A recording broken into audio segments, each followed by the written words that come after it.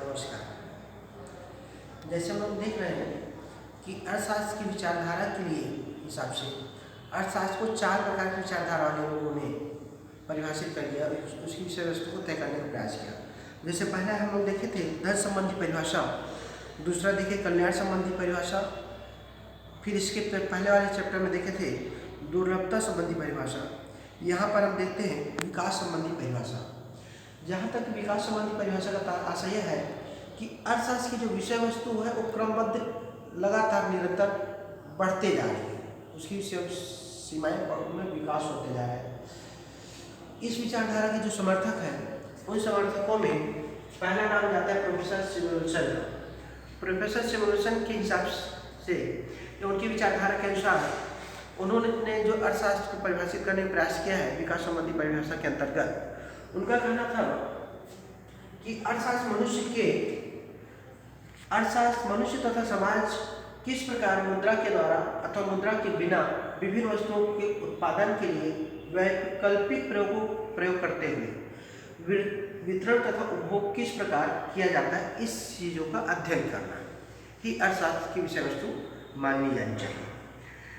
इसमें यह भी देखा गया कि इनकी परिभाषाओं में जो मूल बातें आई वो ये देखने को मिलता है कि विकास संबंध मतलब अर्थशास्त्र के विषय वस्तु का चरणबद्ध विकास के क्रम की ओर आगे ले जाता है।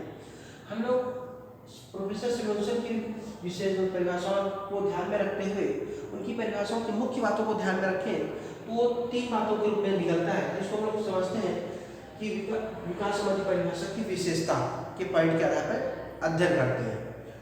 पहला पॉइंट ये है कि प्रोफेसर सिमुलसन इनका कहना था कि अर्थशास्त्र का संबंध साधनों के वितरण व उपभोग से है।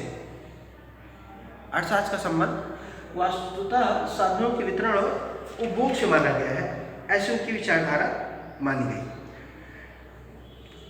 और उन्होंने वितरण और साधनों के उपभोग पर विशेष बल दिया गया। दूसरी परिभाषा प्रोफेसर सिमुलसन का कहना था कि अर्थशास्त्र में संसाधनों की खोज पर बल दिया गया है ताकि अर्थव्यवस्था की उत्पादन क्षमता को बढ़ा सके। ये उनकी परिभाषा का मुख्य बात है। व्यवस्था में था करता नहीं होगा अर्थव्यवस्था को। ठीक है। तीसरा प्रोफेसर सिमुलसन की अर्थव्यवस्था में प्रोफेसर सिमुलसन का परिभाषा की मुख्य विशेषता ये कि ये उत्पादन की समय अवधि पर महत्व देती है,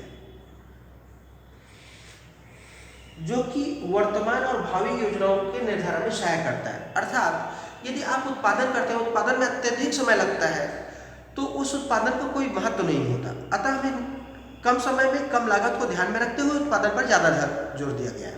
ये इस परिभाषा की मुख्य बातें रही हैं। धन्यवाद।